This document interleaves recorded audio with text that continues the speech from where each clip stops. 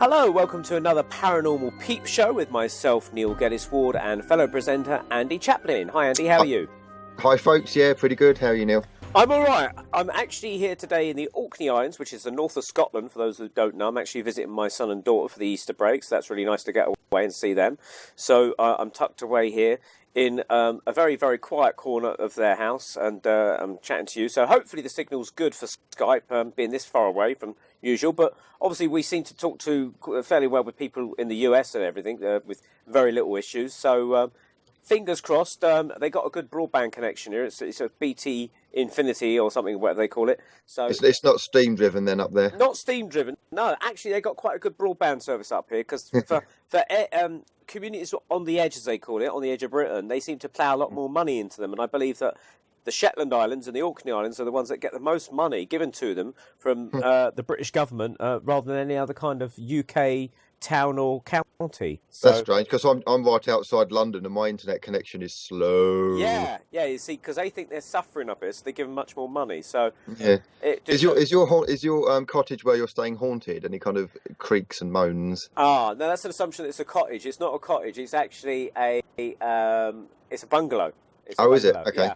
And is it a haunted bungalow? No, it's on an old people's estate. It used to be lived in by an old person. I don't know if they still live here in some spiritual form or not, but there's an old people's home right nearby. Maybe quite a few spooks could be in there. You never know. Neil, what you need to do, you need to buy yourself a Grim Reaper outfit and just stand outside their window, just looking in. That reminds me. Years ago as a kid, actually, we had this Dracula outfit, and me and my friends actually went up to the window of an old people's house, and he was staring in there, sort of waving his Dracula cape and fangs, looking in right through the window. I was cracking up. It's just come back to me. Yeah, the little sods that we used to be as kids.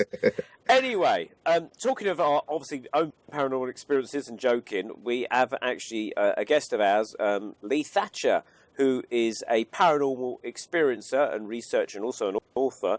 And he's got quite a few different paranormal experiences in different kind of areas, which is going to hopefully make a very interesting chat today. So, Leigh Thatcher, welcome very much to the Paranormal Peep Show. Thank you very much, and good afternoon to Andy and yourself. How are you? Hi, Leigh. How are you today, Leigh?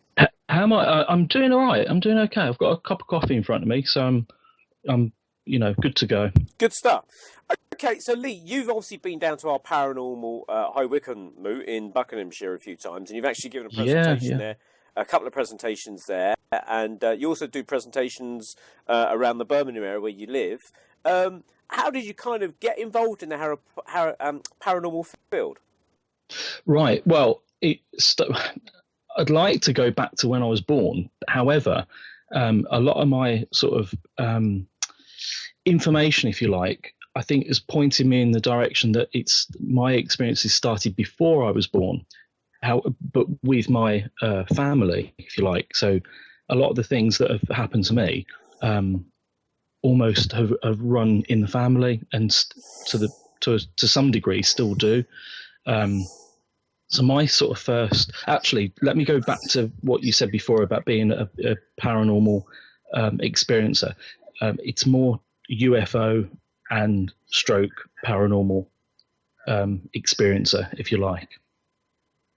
So I guess the first experience that I had was when I was born. So my parents would often talk about these black balls of mist that would dart across the room.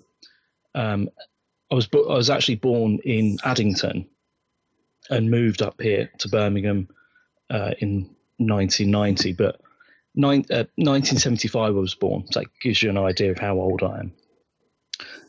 So the first sort of understanding of the paranormal that I had was with my parents talking about these black balls of mist that would dart across the room, and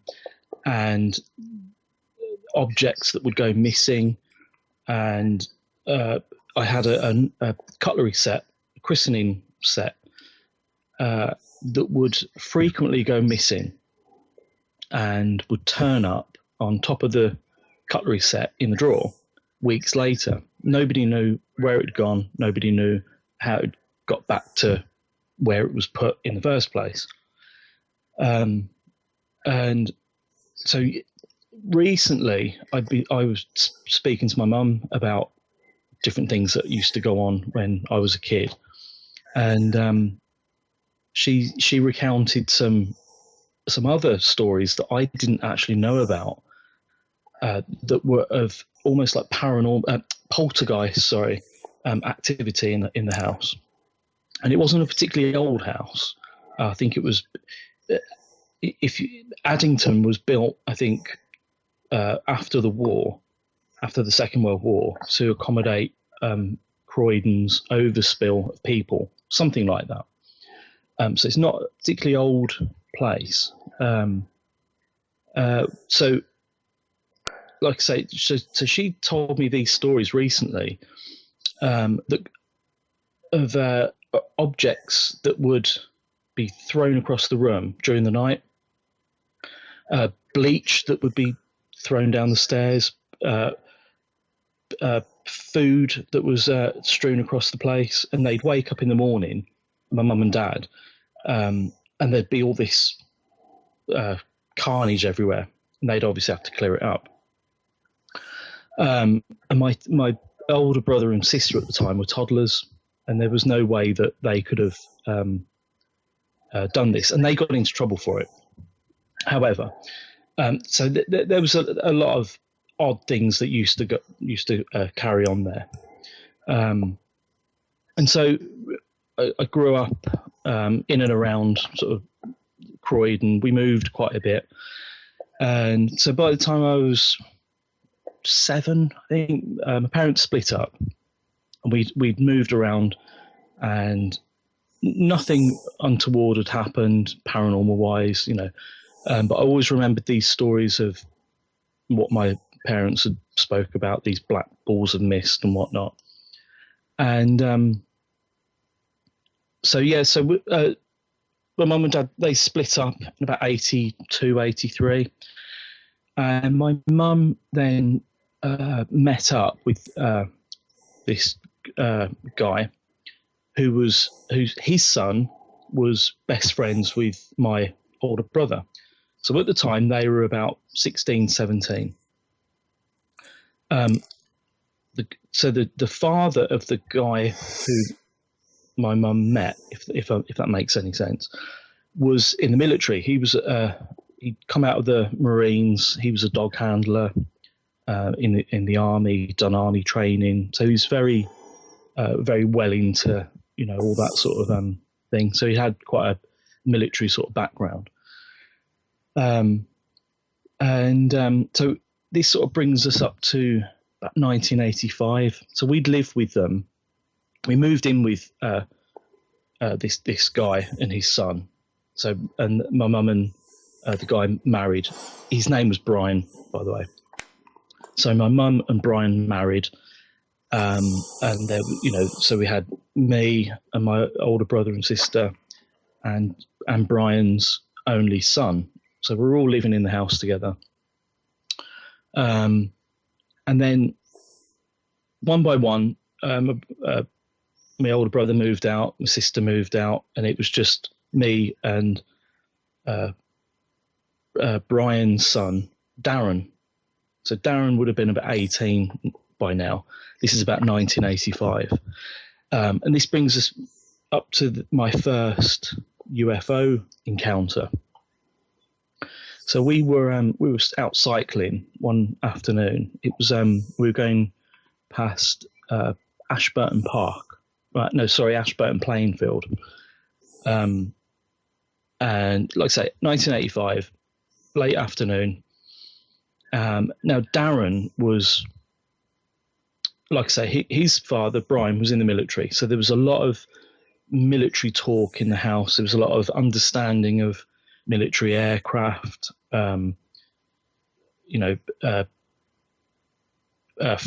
tanks, all sorts of military stuff. So he knew what the difference between a helicopter, a plane, a military helicopter, all that sort of stuff. So we were cycling, and we stopped because he'd noticed something in the sky, and it was just a white ball of light, nothing untoward. You know, I was 10, so I didn't really think much of it, but he wanted to stop and look. So we were both watching this light in the sky. And it was joined by another light. Another light came along, and another light came along, and then two other lights. So before long, this object, for want of a better word, turned into like a diamond shape. So there was like a white light in the middle, and then four lights around the edge, which made it look like a diamond. And we were watching it for a while, and then gradually this object just moved down from behind the horizon, behind the trees. You couldn't see anything more, and that was it. And I really didn't have much of an understanding of UFOs or any sort of spooky, paranormal, anything like that. But anyway, it struck a chord in me.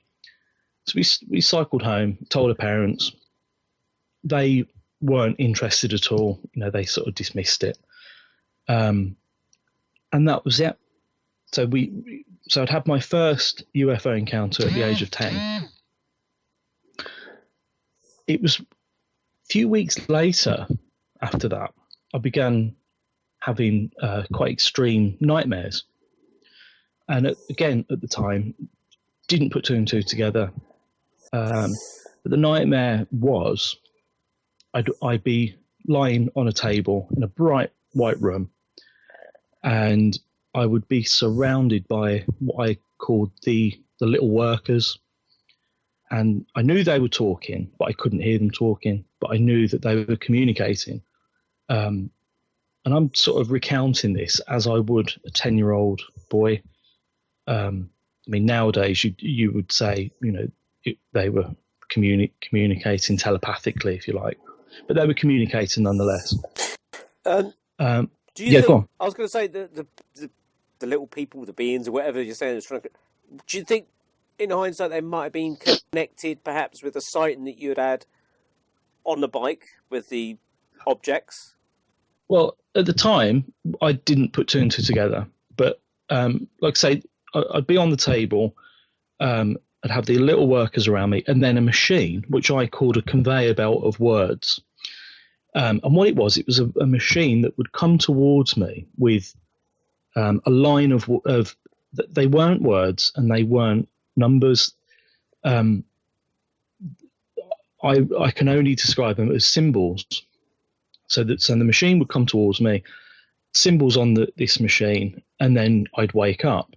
Now, I had this reoccurring nightmare a number of times, and the last time I had it, I remember waking up, jumping out of bed, and running down the hallway.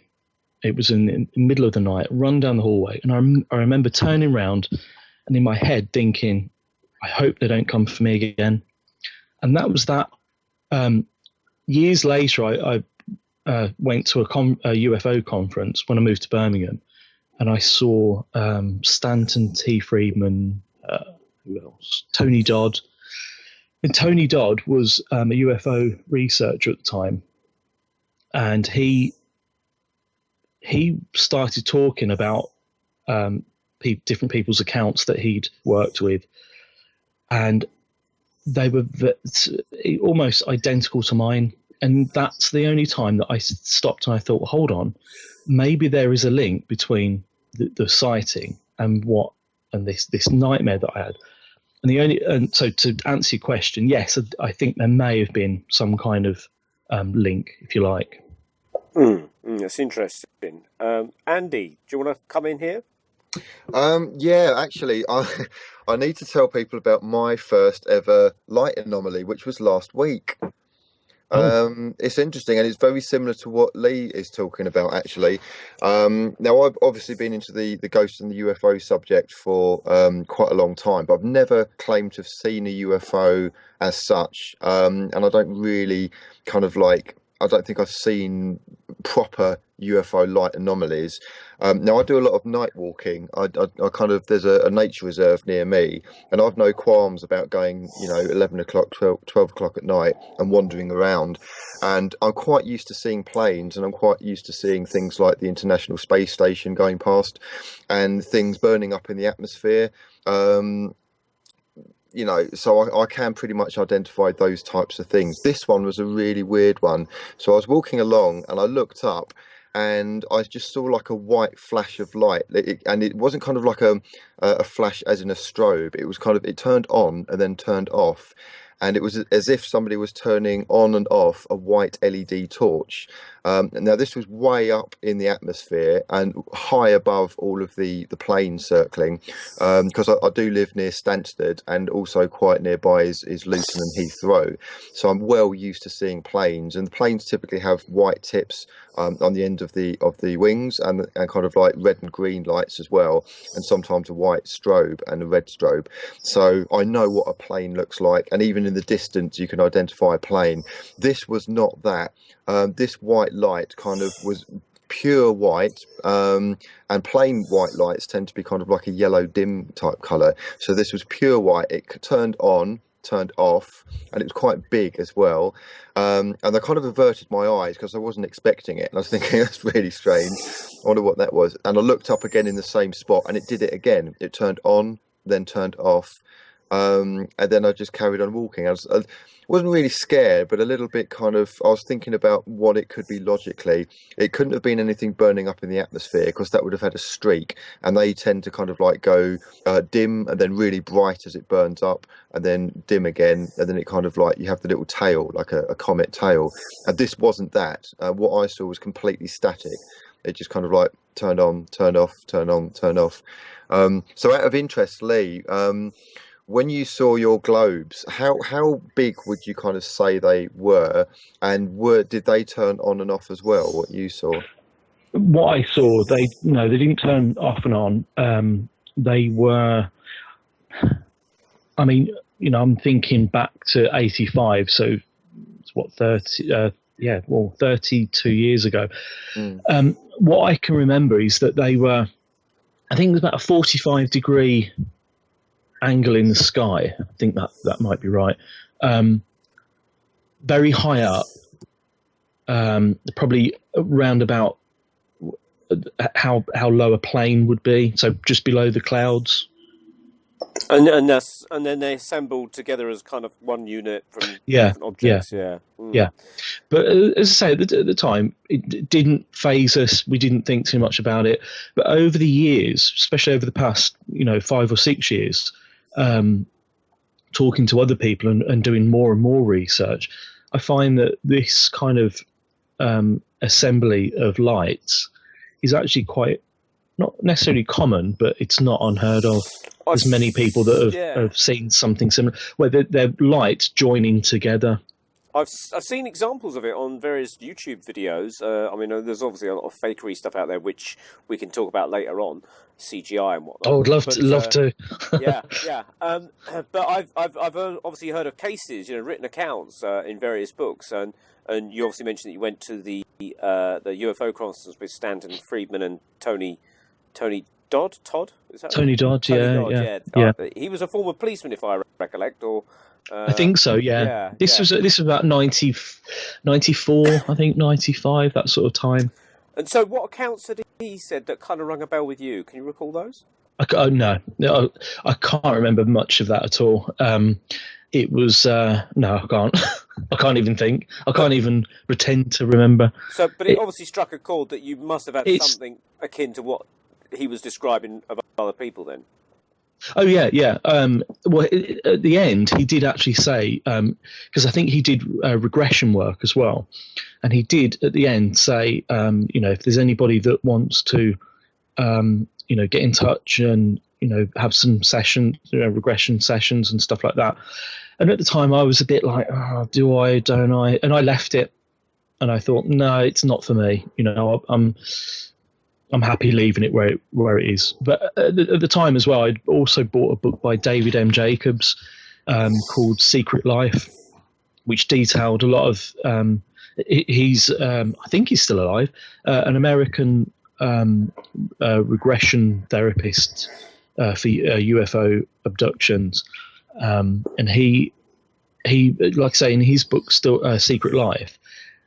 Again, there's almost like a tick chart of events that happen that lead up to a sighting, and then the subsequent nightmares, the memory recollection of things that could possibly have happened. Because the thing is, when you're dealing with memory and dreams and things like that, you don't know if they're just dreams or not, or if you are recounting something that actually happened. So it's a bit of a grey area. So you obviously did proceed with that, but is that it sounds like something you regretted, really? What, not going along with it? Yeah. To a point, yeah. I mean, being older now and a bit wiser, I think, there's still, I still have the opportunity to do that. I mean, I know certain people that that is their job. So it's not out of the realms of possibility to do that now. Whether you can pick up on, the actual events of the dream 30 odd years on, I'm not quite sure. I don't know how it works, to be quite honest with you. I've had regression about 25 years ago now, with a local hypnotherapist, and I found, and I can't say this is for everybody, and I think it's like, because everyone's got a different makeup, I suppose, to a certain extent we're all very similar, but also we're also very, very different in our psyches and how we deal with dreams and all sorts of things. And I found that the level of trance I was going into, and I certainly didn't doubt his ability, but I found that really I was possibly making up a story to please him. And I actually read later on that a lot of people that are regressed are doing that in an effort to kind of comply, if you like. It's a bit, Okay. It's a bit like peer pressure. Neil, were you consciously aware that you were kind of making up the story to please him, or were you kind of like almost it just blurted out kind of thing? I saw images in my mind. Now, being an artist and a musician, I'm obviously very kind of imaginative, I suppose some people would say, and I suppose it's not too hard for me to conjure up kind of scenarios and stories in my head. And I would suggest that the images, as he was suggesting, what do you see? And I suddenly said, I can see myself as a cowboy, or someone in, I think it was like a more of a, I can't remember the scenario now, it was like a one of those fort things where you're in the American, an American soldier type of thing, but in the times of the cowboys and Indians, with a fort thing, and it was Native American Indians or Red Indians, as I probably called them in the regression. And I can't remember the whole scenario, but I did kind of feel that it was going along to a certain extent. I was saying things, and it all kind of made a sense at the time. But when I thought about it later on, I did have a very kind of strong feeling that it didn't feel right. It didn't feel like, wow, I've discovered something about myself. It felt like it was almost like a plaster to put over a problem that, it really wasn't solving the problem, and it really wasn't a genuine healing as such. Like a plaster doesn't really heal you. It's your own body's natural defences. The plaster's there just to protect it. And I think that this was a psychological plaster of sorts that I was making up. I was going to say, I think that's partly my problem with not wanting to go along with it now. Because I know an awful lot now. I've obviously researched a lot about abduction and aliens and UFOs and this, that, and the other. How much of what I've read will actually be absorbed into any possible regression? And also, if you get the wrong regression therapist, and they're not very good, what do? Do you go on to the next one? And then the next one, where do you draw the line with knowing, what was a good sort of therapy session and what wasn't? It's always going to be a kind of an area that it's like going along to see a doctor. Do you keep changing doctors, Well, isn't it? yeah. Well, I was gonna say I'd liken it to going to see a medium. You know, if you go and see a Yes. medium, Yeah.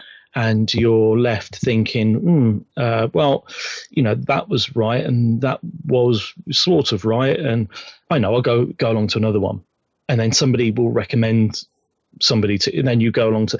So eventually, it could get to the point where you're almost looking for answers. You're looking for something. Yeah. When actually something may not actually be there. I find in my own experience, and Andy obviously is a medium that goes out there and does his public demonstrations. In my experience personally of seeing mediums, I find that I might see, say, 10 in a year, and only find that 2 of them are very, very good, and the rest are kind of a bit mediocre. And I think it's probably the same with the skills of hypnotism and things like that. That I guess a lot of it would come down to personal recommendation of who you go for. Yeah, completely. Yeah, I completely agree. So where did you go from there then? Once you kind of found parallels with your experiences to other people's in the conference that you went to? Well, what happened was I'm sort of jumping the gun a little bit here, but when I was 15, I moved from London to Birmingham. The relationship with my mum and Brian, that all sort of fizzled out, and she wanted a new start, so we moved to Birmingham. Just quickly, one of the things that I was expected to do growing up was go to church, which a lot of people are. Well, a lot of people were back then. But yeah, I had to go to church and, you know, go through the rigmarole of Sunday school and all that sort of thing. Wasn't interested at all. However, it did spark a bit of an interest from a historical point of view and a ufology point of view, because there were little things that I was reading in books that I was getting from the library at the time. We lived with my nan and granddad for a couple of years, so I used to pinch her library card and go and get about 10 paranormal books, and so that sort of sparked the whole sort of religion thing, sparked a bit of an interest with UFOs and stuff like that. But that kind of came about more and more as I got a bit older. But yeah, so I moved to Birmingham in 1990 when I was 15, and developed chronic fatigue syndrome. Now, it's probably but the listeners to this show are probably thinking, well, why is he mentioning this? I've mentioned this chronic fatigue syndrome because Kathleen Marden, who is she's the niece of Betty in Barney Hill. If your listeners or yourselves know Betty in Barney Hill case, Interrupted Journey from the Interrupted Journey, that's the one. 1960s.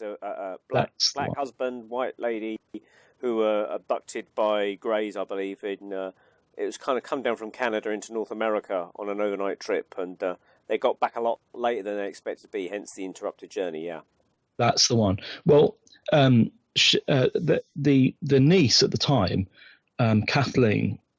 She went on to do an awful lot of research with their particular story, and she then got into other abduction cases and whatnot. She found some sort of correlation between chronic fatigue syndrome and alien abduction. Where the correlation is, I think it's just the case that they did a lot of research into almost like a tick chart of ailments, if you like, of people that had claimed to have been abducted. Chronic fatigue syndrome was one of them. So that's kind of why I mentioned this. But I had it for about a year, very ill with it. And one evening, I woke up in the living room, standing up, and by my feet, I had I got these rolls of wallpaper. My mum had been decorating at the time, and I'd arranged all these rolls of wallpaper in the shape of Stonehenge. And like I say, I woke up standing up in the living room. Don't know how I got there. Don't know how I was able to actually stand while I was asleep. Never slept walk before, and I've never slept walk since. So again, I'm not sure quite what that was all about. So can I just? You had actually arranged the rolls of I'd arranged, like a Stonehenge model type of thing. Yeah, but I was asleep. I didn't know that I'd done it, but I had. I don't know what the reasoning was. It was the strangest thing for me was the fact of waking up in the living room and being standing up. That was strange. You know, if I woke up in the living room and I was lying on the floor, I could probably see, you know, I could see the logic in that. Did you have a history? Did you have a history of sleepwalking at all? Not at all. No. This is if I did, I probably wouldn't have mentioned it within this talk, because I think it's one of those things that on its own you dismiss it, but when you look at all the other sort of odd things that have happened, you kind of look back over the years and you think, well, why, you know, is there a reason why this happened, or is there a reason why that happened? And, you know, to a lot of people, it's just an odd thing to happen, and, you know, they'd carry on with their lives and not think much of it. But yeah, so that was a bit of a strange sort of experience. But I started going to art college. Hadn't got a clue what I wanted to do as a job. My upbringing up until that age had been quite chaotic and quite my schooling had been disrupted time and time again with moving, and family life was always an upheaval all the time. So moving to Birmingham was a bit of an antidote, if you like. It was, everything sort of slowed down and I was able to think a little bit more. Didn't have to go to church. I was really good at art. So I went to art college, and I met my partner, Lucy. Now she was doing a work experience from school. She was 15, I was 17, and we sort of got together and, you know, started dating. And like I say, this would have been around about 93 at the time. And she lived in Coleshill in Birmingham. And we were sitting in her bedroom. And we would, like I say, so we would have been sort of mid to late teens, both of us. And I was looking through these photos that she'd had and pulled out this one photo. And I said to her, what are you doing with this photo? This is a bit odd. And she said, I just took this photo when I was about 7 on a trip to Wales. Now, the photo was a photo of 3 people. And the photo was of my sister and my aunt and my nan. And I couldn't quite work out how she managed to take a photo of these 3 family members that were, my aunt and my nan were very close to me. So I took this photo back to London and I showed my family. I said, what do you make of this? And my family said, well, it's your nan and your sister and your aunt. You know, all the clothes were the same. Everything was, it was them in the photo. Nobody else in the photo. And they said, well, you know, what's the problem with the photo? I don't get it. I said, well, this photo is what Lucy took when she was 7 on a trip to Wales. And it's of my family. So it struck another chord then of synchronistic events. So things that are beyond coincidence. And it was almost as if it was like a hint to say, you need to stay with this person. You know, there's something not necessarily special about her. I mean, obviously there is. I have to say that. There's something special about you. yeah. So there was almost a sense of we had to stay together. There was something special about us as a partnership, if you like. So that was the first sort of synchronistic event, if you like. So this photo that I'd seen in her possession of my family. Remember, she lived in Birmingham. She grew up in Birmingham. I grew up in London. We got together at college. And as I say, so she's got this photo that's 160 miles kind of out of time almost, if that makes any sense. Did it freak her out? I don't think it's really freaked her out. I mean, it's something that, I mean, I question everything. I see something strange happen, and I want to know what it's all about. Her attitude is, if there's no answer, if I can't find an answer, I'm not going to go looking.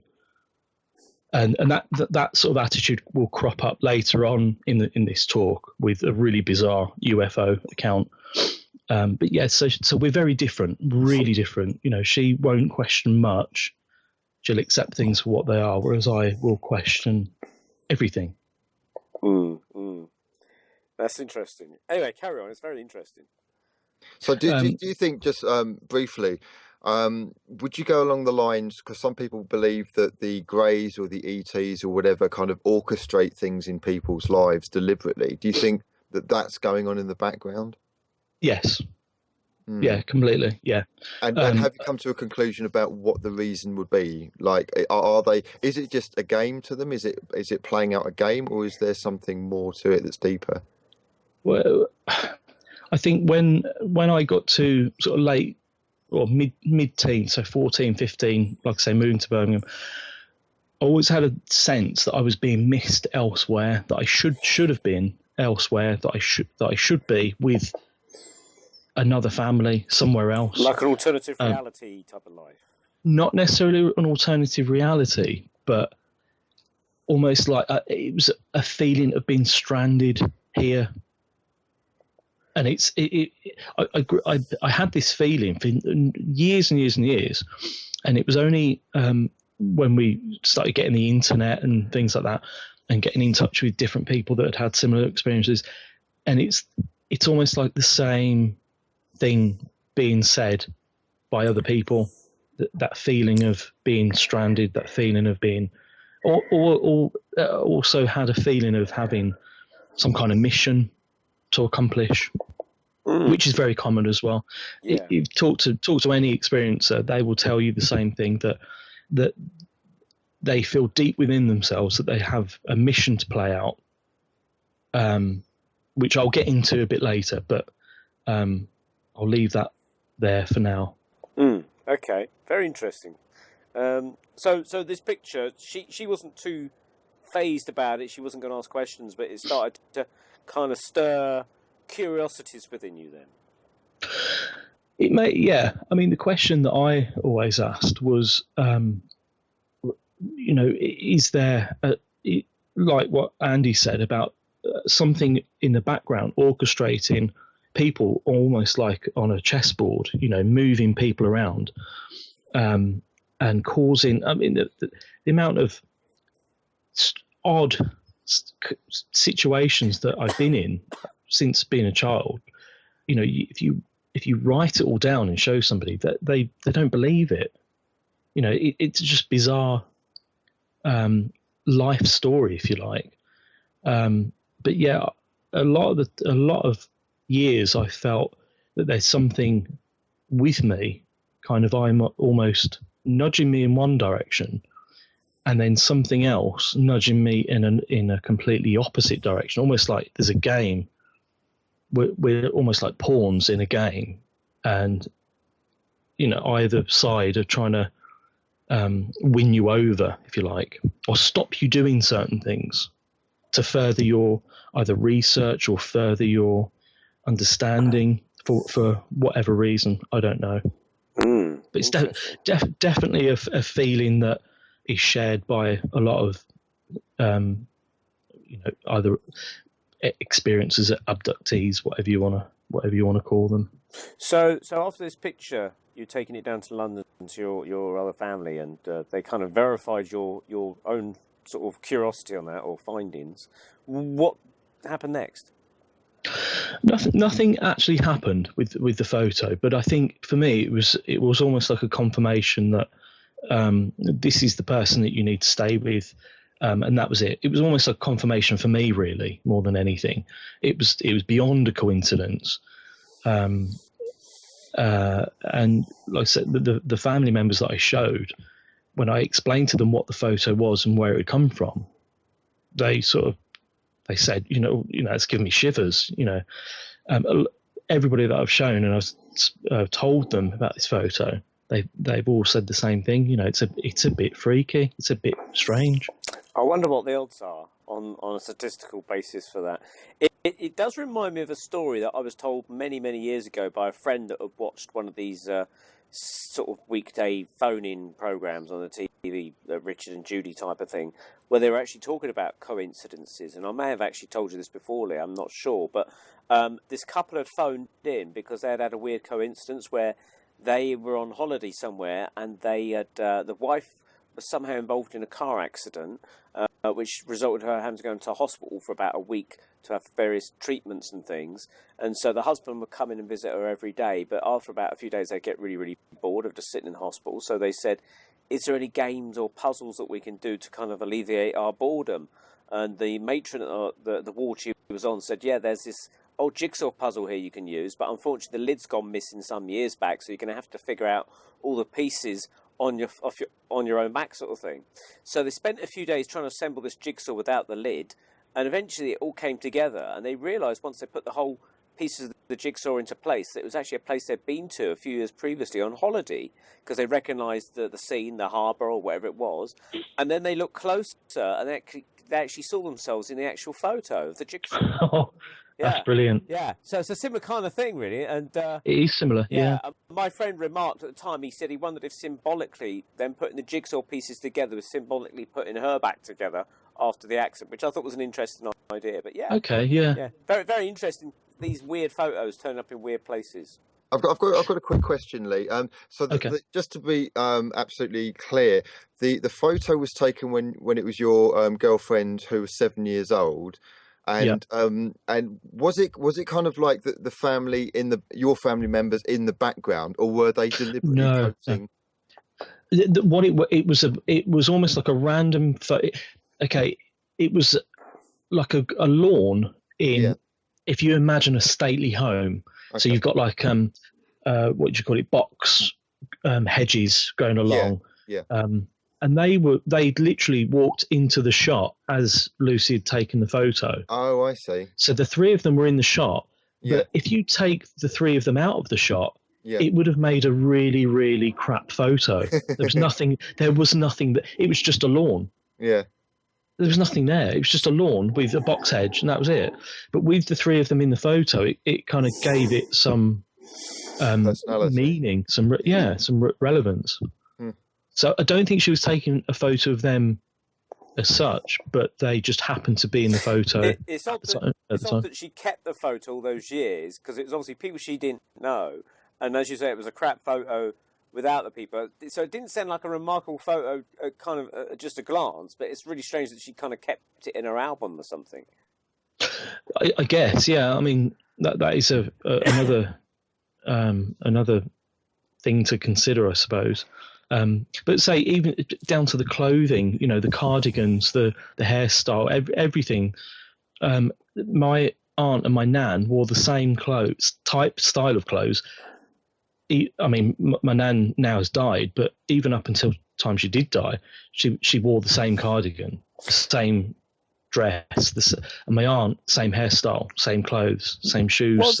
Everything was the same. Was confirmation given that your relatives had actually been to this particular stately home? We couldn't work out where it was. All Lucy knew was that it was in Wales. I see. Okay. But it was confirmed by your other relatives, your aunt and uncle, that it definitely was the relatives concerned in the picture as far as they were concerned. Yeah. And other family members that confirmed, and they looked at the photo and said, well, yeah, it's obvious who it is, what's the deal, So to my other family members, they looked at it, and even my sister looked at it, and she said, that's the most freakiest thing I've ever seen. You know. Yeah, I bet it is. Like you say, I mean, if it's my family, it certainly sends shivers up my spine. Of, say, seeing my family in a photo in America or something like that, thinking, "What's my mum doing in America? She's never been," or something, you know. But yeah, so I mean, so with Lucy and I, we obviously started dating, and we had a lot in common, and we moved in together, and we were living together for about a year or so. So it was about 1995. So we got together in 93. We moved in together after 2 years, so it's about 95. And there's a significance to the dates that I'm giving you, and I'll recount all these dates as at the end. Okay. And you'll see why. So 95, we'd moved into a flat, and it was a grotty flat. It wasn't the best flat at all. Rats under the floorboards that, you know, needed decorating. It was a really terrible place. But we were teenagers, and we almost like dossing, I suppose. I was asleep on the settee one evening, and Lucy woke me up after this event, and she said, "You'll never believe what has just happened." She said, I was sitting here watching TV, and the room changed frequency. She said, it's the only way that I could describe it. She said the room changed frequency like a radio was being detuned. And she said, I watched this big black teardrop mist shape come into the room, move through the room, and then out through the other wall. I didn't see it. There was no road behind the room that we were in. There was obviously a window to the back garden, but that backed onto another garden, so you couldn't. There was no cars or anything that could have caused any change in the lighting or anything like that. And we'd gone through all this, and she said while it was happening, she had to think so quickly, because she knew that people were going to question her and say, "Oh, it was a car driving past. It was this going on," you know. And she said, "None of that. None of it. It was that would have been impossible." But she watched this black mist, very, very similar to what my parents used to see when I was born, move through the wall, move through the living room, outside into another wall. And then she said the frequency of the room returned back to normal again. So that's something that I didn't experience, but that was her sort of experience, if you like. Wow, I've never heard it described as frequency changing in a room, in the sense of people would sort of say vibrations or something. They feel. I mean, maybe that's what she meant. The vibrations or the the resonance of the room seemed to change for her from maybe in a calm, relaxed state from watching TV to something maybe more. It sounds sinister, but did she have a kind of sinister retrospective feeling about it? From what she's told me before, no. It was the frequency changed. This thing came out, or went out, and then the frequency went back to normal. Now, Andy, you've heard of shadow people, haven't you? Yeah, I was just going to say, actually, this black mist is ringing bells to do with the shadow people and that kind of thing. So, but I'm finding more and more, and I often bring this up in the interviews, that there is a correlation between ghosts and spirit and the dead, so to speak, and the UFOs and the ETs. And so when these black mist appears, I'm actually wondering, is it kind of like a shadow being spirit person, or is it something that's ET? So it's quite a conundrum, really. How will we ever know what it is? Well, again, you know, with all the research that I've done, people that I've spoken to, it's the same story over and over again. You know, the paranormal mixed with UFOs. If you have a UFO sighting, 9 times out of 10, you'll have some kind of paranormal or poltergeist. Well, I tend to call it poltergeist sort of activity, but I kind of think there's a science behind it. Yeah, I agree. And what's really interesting is that when I do my psychic events, I kind of like organise psychic fairs and things, and so I meet a lot of psychics. A lot of them have had weird paranormal experiences in terms of not just the ghost, but also the alien side as well. And Right. interestingly, talking about the vibrations thing, this is really coincidental. One of my readers, I was doing an event in Epping last night, actually, and I won't name her, but one of my readers was telling me that actually she gets abducted and she sees the greys, and she says when it first started happening, what she'd see is glowing orbs of light, like lots of them within her house, and they would just kind of hang there. And she would go and get her husband and say, "What on earth is this? What do you think these are all about?" And then they kind of like formed into the kind of like the grey beings. And she said that as this was happening, the whole house, it was as if the whole house was vibrating. She almost expected the whole house to kind of lift up off its roots and go into the sky. Obviously, that didn't happen, but she felt the house changed vibration as if it wasn't really there. Now, this is really interesting because this ties in with when people are talking about being abducted, being on their beds and being floated through walls and floated through windows as if it wasn't there. It's almost as if they're kind of like changing the frequency of hard reality into something fluid and then back again. And how they're doing this, God knows, but this seems to be kind of like a consistent pattern. What do you think, Leigh? Yeah, I mean, that's something that I've read a lot. You know, recently I've read more stuff like that. But yeah, like you're changing the. I suppose it's the same if you have a sound wave, if you like. You know, like the soprano singers, where they would hit a certain note and a glass would shatter. Well, that's an actual phenomena that actually occurs when the frequency of a sound wave matches that of say a piece of glass, and you can manipulate the physical reality of that glass, and that's why it shatters. So any frequency above or below that wouldn't affect the glass at all. If that makes any sense. There's an interesting correlation with the NASA rockets, actually. Certainly in the early days, that when they used to launch a rocket, the actual vibrations caused by the engines were so sort of tremendous that they would ripple up the tube of the rocket backwards and forwards and backwards and forwards. And they actually found there was a danger that the whole rocket would just shatter like a glass because of that vibrational aspect. And I can't remember how they cured the situation, but it was certainly a major problem, even for the Saturn V's. If one of the engines went off or wasn't firing as 100%, say like the other 5 or 4 of them, there was certainly a danger of the Apollo rockets breaking up in mid-flight as well. If I can just quickly go back to what Andy was saying about the lady that he was, I think, was she doing a reading, or you were doing a reading for her? She had the lights in the room, and they collect together. It's not. We weren't actually doing readings. She basically what it is. I organise psychic fairs, so I kind of like bring other psychics and readers in on events. And she, we often chat when it's a bit quiet or there's some like a downtime. We have a chat, and so this was a chat situation. There was a group of us together, and we were relaying kind of like spooky stories and experiences that we've had. And she was talking about Philip Kinsella, funnily enough, and she was saying, what she was talking about very much correlates with what happens with Philip and how he describes abductions as well. And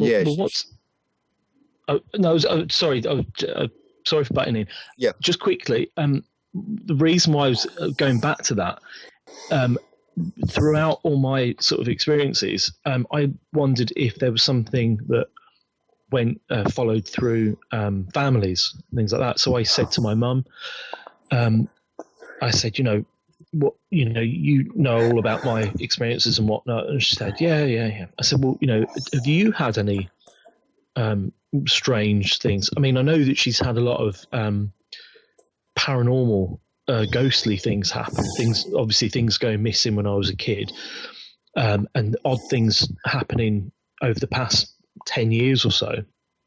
But I said to her, "Is there any sort of, have you seen any UFOs or anything like that?" I didn't want to spook her, but she said, "No, no, not really. No, I haven't really seen anything like that." And the conversation sort of came to an end, and then she just suddenly said, "Actually, when I was a child, I used to see this light in the bedroom that used to get bigger and bigger, and these three little creatures used to come out." And I just sort of slapped my face and just thought, right, okay. So there could be something that is that goes through families. I just find it actually interesting. I mean, the phenomenon of what you're describing, has a familiarity to it from, like you say, other people that have had similar things, like Philip Kinsella and other UFO abductee experiences. Any reason do you actually think, or have you ever considered, why does it always tend to be three creatures that tend to come out of these things in general? I really don't know. Yeah, it's three's a magic number, I suppose. I don't know. Yeah, I just wonder if there's like strength in numbers, that it maybe they have a kind of plan that if the person awakes or something, they've got three of them to kind of subdue the person. I don't know. Maybe there's three sets of protocol that they have to adhere to. Yeah, because there is a suggestion that they're not actual. I mean, they're biological, but there's a suggestion that they're actual robots in a way. What's the word when they're robots and cyborgs? Oh, is that the right? cyborg, That's not the right word. Yeah, biological mechanical entities or something. Kind of, yeah. So almost as if one has to be the lookout, one has to subdue the person, and the other one has to levitate them. Yeah. It could be that. You just don't know. Yeah. I mean, I've heard that normally when people have cited these things, or they recall their own abduction experiences, they said they normally feel them gather all around, and one's holding their head and one's holding their arms, and they're kind of lifting them through a window or into a craft or something like that. So I would suggest that maybe when your relative saw the three people stepping out, that it was maybe an abduction in mind. You see, being that there's three of them. I don't know. I mean, because it was my mum, I don't know if, maybe her mum had, similar encounters, because, I mean, these stories go back hundreds and hundreds of years, back into folklore. If you look at a lot of, if you go to old 16th, 17th century houses, you'll sometimes find a shoe above the stairs. And what that was to ward off the goblins that used to take children in the night. I think they favoured either girls or boys over the other. So what they would do is put the opposite sexed shoe. So if they favoured girls, they'd put a boy's shoe at the top of the stairs to let these goblins know that actually there was a boy living here, not a girl. So on your bike, sort of thing. I wonder if that's quite a common. The elf makers, the elves that made the shoes overnight. I wonder if that ties in with that kind of story. Do you remember that story that they made the shoes overnight to help the shoemaker? And the shoe. Yeah. Interesting. Well, we'll take a break now, if that's all right, Leigh. Yeah, sure. But you're talking about we're delving back into the history of these sightings and experiences, and we'll continue that in part 2.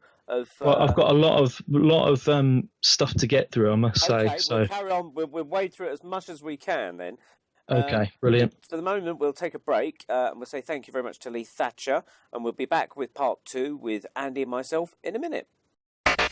Imagine no longer being tied down to your computer, but having the freedom to take live talk radio with you anywhere you go. TalkStream Live introduces our first ever iPhone application. The talk shows you follow now follow you, and your iPhone is now the fastest and easiest way to stay connected to the best talk radio on the internet. Listen to live talk shows 24 hours a day, 7 days a week. TalkStream Live, now available in the iTunes App Store. Welcome back, folks. I'm Andy Chaplin here with Neil Geddes-Ward, and you're listening to Paranormal UK Radio. We're here with Leigh Thatcher, who is a UFO experiencer, and I understand you've got a few more synchronistic stories you want to share with us, Leigh. Well, not necessarily synchronistic, but I have got an awful lot more paranormal and UFO stories that I want to share with you. I don't know if they are synchronistic actually, but yeah, say round about sort of the year 2000, we'd been Lucy and I had been living together for would have been 5 years or so, 5, 6, yeah, about 5 years, and we had 2 children by then, and we were living in a flat in Birmingham. We'd moved a couple of times since the ghostly kind of black mist figure that we saw in 95. So the year 2000, we were living now in a flat, 2 children, very young children, toddlers. One, Neve was, I think she was still a baby at the time, and Jessica would have been 2, something like that. And we used to do a lot of walking. We still do, but we used to go out, do a lot of walking. And we had a pushchair with pockets in the side. And we had, Lucy had a purse that would fit in the pocket. And it went missing, like as purses do.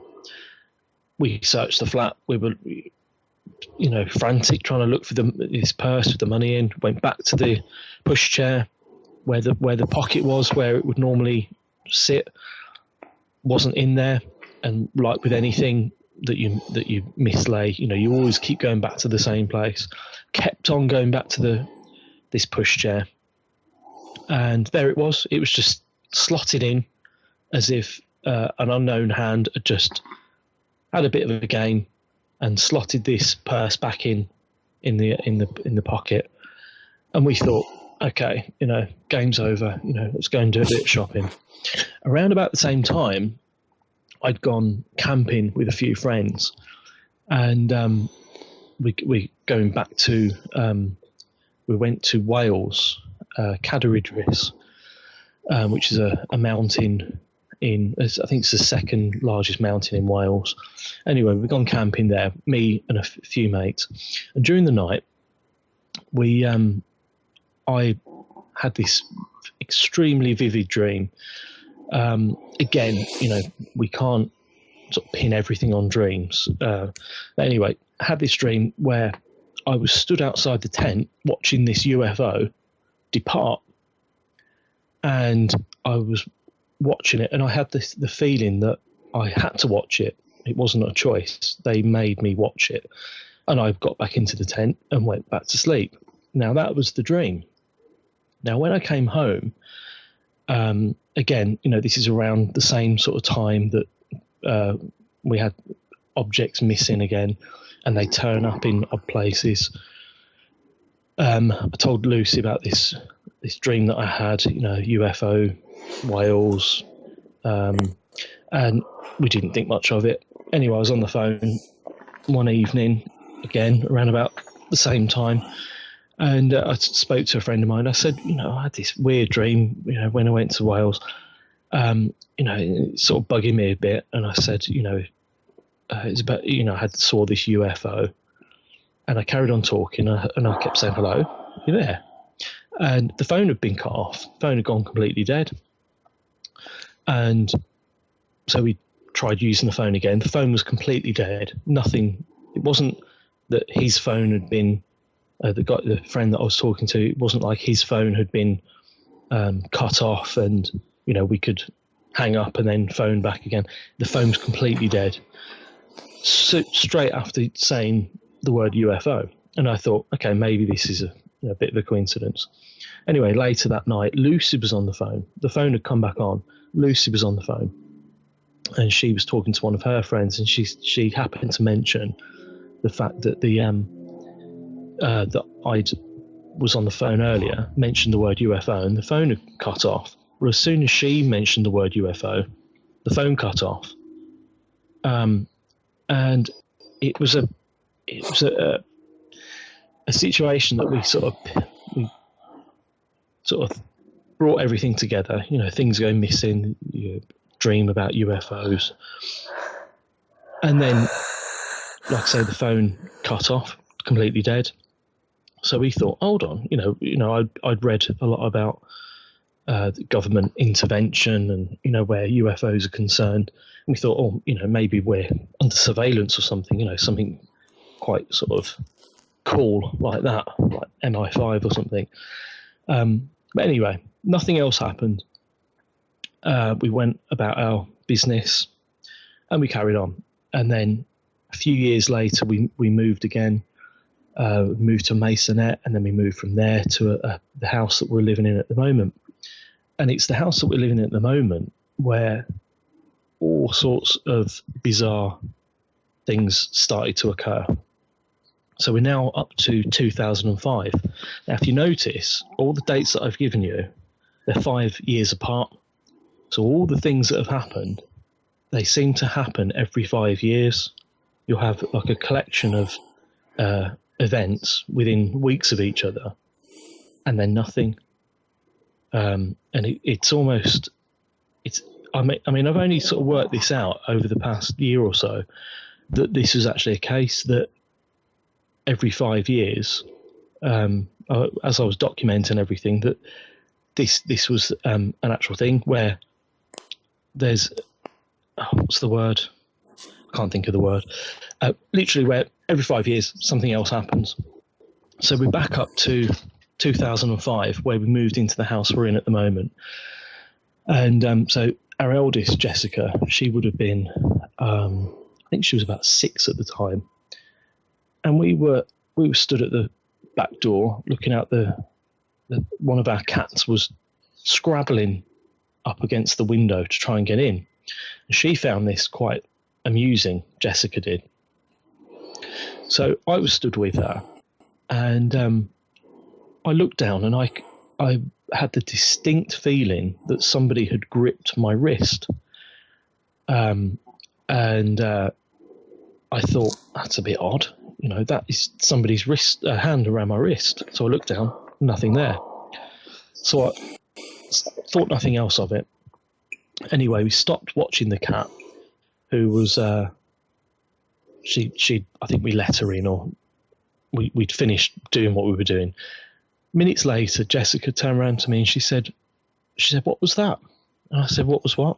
And she said, somebody's just run their hand up my arm. Now, considering she was 6, and I'd had this same experience minutes before, it kind of made me think, right, okay, maybe something else is going to start happening. But nothing did. So she had this experience, I'd had this experience, and that was it. Nothing else happened. So again, just to reiterate, it was 2005, and we've lived in this house for about 13 years now. So nothing else happened up until 2010, where things started to get really weird. We started hearing animal noises in the hallway. We started to hear. It was like a dog, but it wasn't a dog. It was like a cat, but it wasn't a cat. It was something in between. Now we did have cats, but this was an animal that you could hear clear as day in the hallway. And I heard it. I said nothing to Lucy. Subsequently, Lucy had heard it. She said nothing to me. What happened was that our youngest daughter, Neve, she was on the set. Lucy and I had gone to the cinema. Neve was on the settee, and she phoned us. She was with a friend. Her friend was over with her. She phoned us, and she was in hysterics. And she said, I need you to come home. She said, there's an animal in the hallway. So I said, all right, okay. So I put the phone down. I told Lucy, and she said, I've been hearing this noise as well. So this carried on periodically over weeks and weeks and weeks. This noise of this animal, couldn't work out what it was, who it was. And then we heard, we started to get things like we'd go to bed at night, and then 15 minutes, you could literally set your clock by 15 minutes after going to bed, you'd hear something falling into the bath, like a like a shampoo bottle, and I'd get up, go into the bathroom, and the bath would be empty. There'd be nothing in there. And again, this was occurring night after night after night. 10 minutes, 15 minutes after going to bed.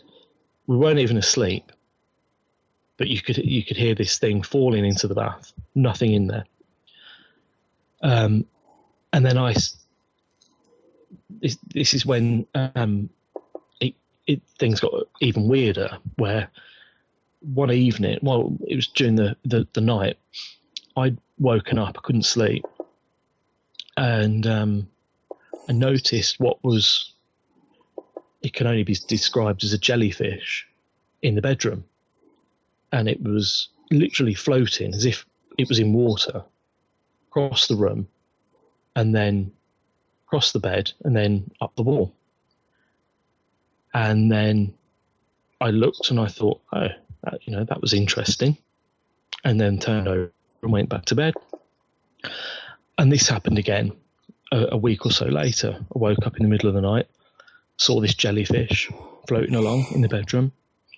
Again, this is 2010, so 5 years on from when Jessica and I felt these hands.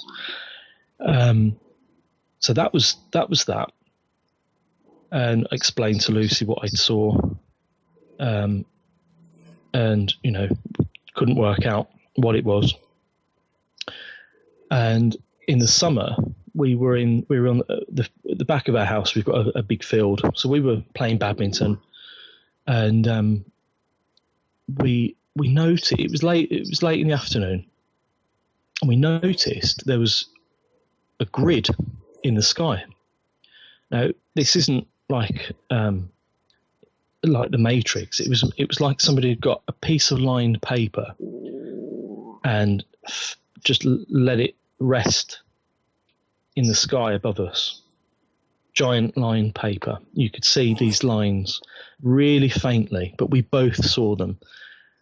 Again, couldn't work out what on earth it was. And that was like the collection of weird things. I mean, there was other things that used to happen, things that would just fly down the stairs. But it was almost as if the hallway was almost like a portal, if you like, for odd things to happen. So that takes us up to about 2011. And then it all ceased for a while after that then?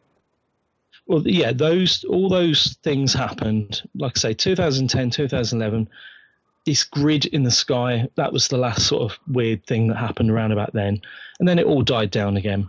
Did the grid in the sky, I'm kind of very curious, and I recollect you mentioned this before to me in your talk at our group. Did the grid in the sky, though, cover literally right down to the horizon as far as you can see, or was it only a portion of the sky? It's difficult to explain, but it was so faint that you couldn't see where it ended. It was only where we were, if you like, because you could just about make it out. And nobody else could see it? I mean, was there other people that might have looked up, maybe? Possibly. I mean, there was only me and Lucy on the field at the time. But I think I noticed it and I showed her, and she looked and she was a bit perplexed by it. Whether other people could see it, I'm not sure. That's interesting. But the only thing that I can, excuse me, the only thing I can pinpoint as a reference would be when birds navigate from one country to the next, they use their sense of the Earth's magnetic lines, if you like. So they would fly almost in a very straight line. I was going to say, it sounds very similar to kind of what people call as energy grids or ley lines. Possibly, yeah. But this was an actual. Well, I mean, when I say a grid, I mean like just lines in the sky that were equidistant, from each other. So, but they weren't crisscrossing like a square grid. It was just a lined grid line, if you like. Like a grill. Yeah. Did it appear to be made of vapor or white cloudy material? No. it looked almost ethereal, if you like. That's the only way that I could describe it. So it wasn't, because I mean, obviously a mist would kind of dissipate and move around. This was very sort of as if you could see the lines of a magnet that a magnet would make. That's the only. Okay, so normally we would make lines of a magnet with iron filings on a piece of paper or something, wouldn't we? But obviously in this case, you're looking in the sky, a blue sky, you're seeing an impression, a vague impression, where maybe the sky's gone slightly discoloured, where this grid might appear in front of. Is that right? It was so faint. It was very, very faint. Yeah, so a blue sky, then you've got like a line over it that might be sort of changes the shade of blue, because that's how you identify that there's something potentially there. Yes, yeah, I see what you mean. Yeah, yeah. So it's like a layer of something, but an opaque layer of something. Yeah, I suppose I kind of understand what you're saying, as if the atmosphere around, so clouds and anything that was in the way, would kind of sort of show you periodically where the lines were, but you couldn't actually see the lines. They weren't solid lines in the sky. They were just sort of. I'm just wondering if a skeptic, like sometimes if you're staring at TV for a long, long time, maybe in a darkened room, and it's a bright TV image, then you stare away from it. You've got that kind of impression on your vision. You can kind of see a white square or rectangle in front of your vision, even though you're not looking at the TV, because it's kind of burnt into your iris or something.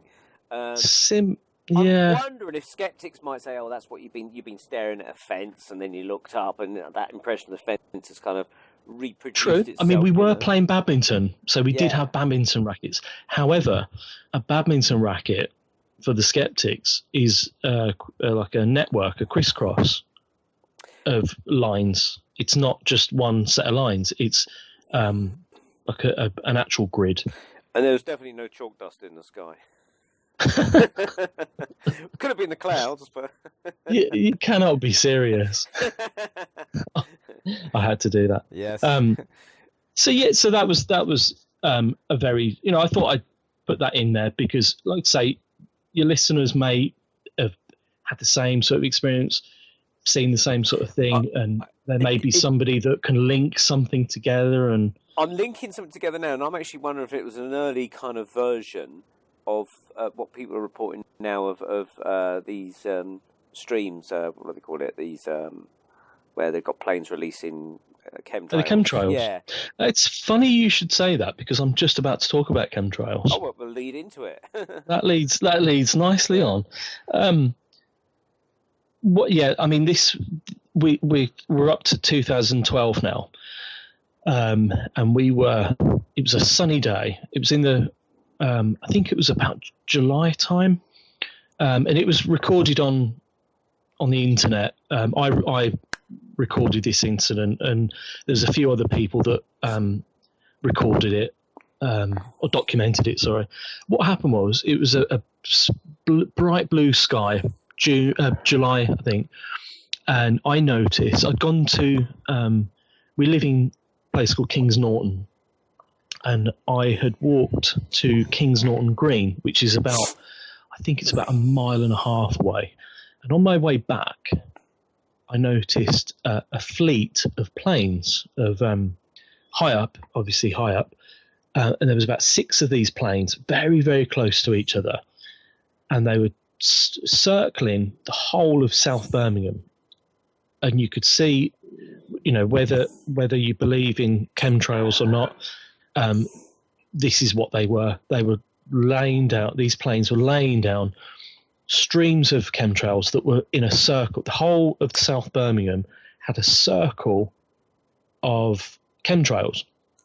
Now, these planes would go around, and it'd take them about 20 minutes to do a full circle, and they went over Shirley in Birmingham. Did she mind? Well, she complained as well. She was one of the. They did a full circle. 20 minutes it took.